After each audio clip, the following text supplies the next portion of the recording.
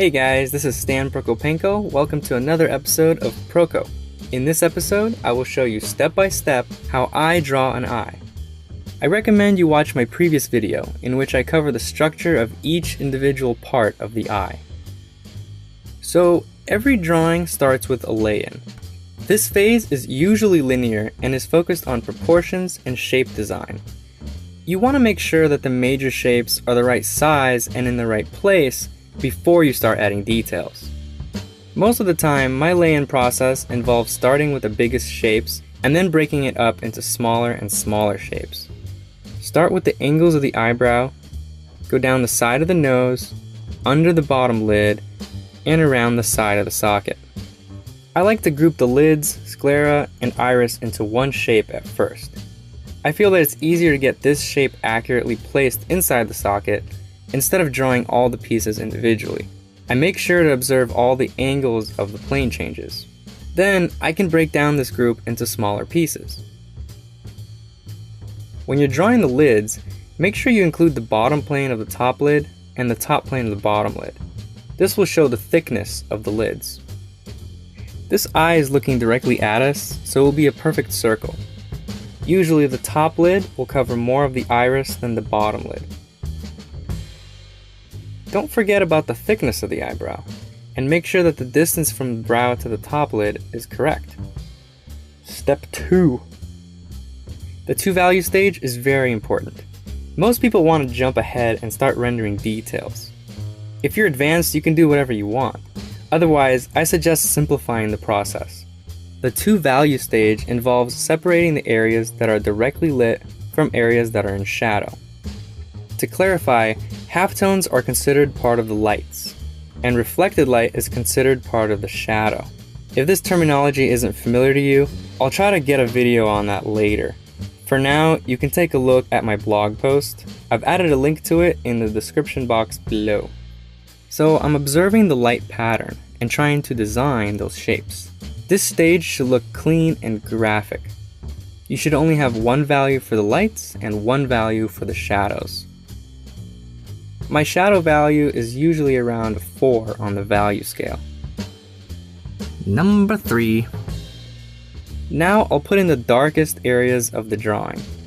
I do this to establish my value range, meaning I have the darkest and lightest values in my drawing.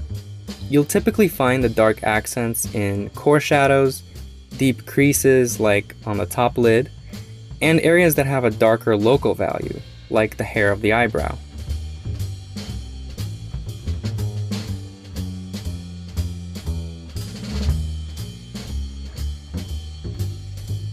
After putting in the dark accents, you should start to see the reflected light in your drawing.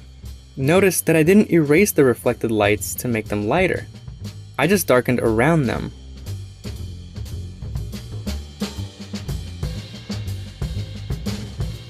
Step 4. At this point, I switch to the lit areas of the drawing and I focus on the gradations and plane changes to make the forms read a little bit more three-dimensionally. If you find the highlights, then you'll know that everything around them just needs to be a little bit darker as the planes turn away from the light source.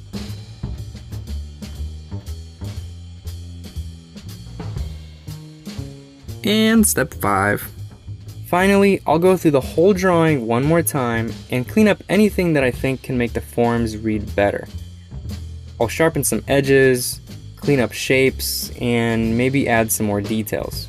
So for example, I want to sharpen this cast shadow from the top lid and make sure that its shape wraps around the eyeball.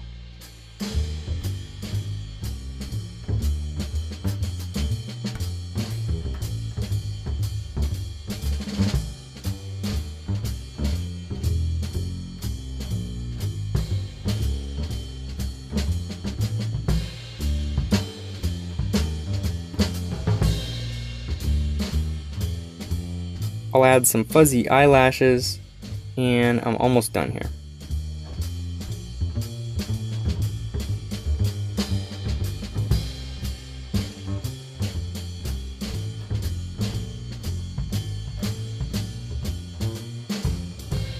Okay, I'll call this one finished.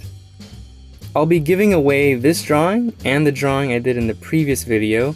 If you want a chance to win, just find my Facebook page and reshare the post to this video or the first eye video, or both. I'll pick the winner on September 28th. Hey, by the way, if you want me to use your photo in one of these videos and you haven't sent one in yet, you still have time. I still have to do tutorials on the nose, lips, ears, and hair. So keep those photos coming. The main things I request is a good balance of light and shadows, so please don't use a flash. And since I'm publishing these videos in HD, of course the higher the resolution, the better. Thanks a lot, guys. I really appreciate everyone who has already contributed.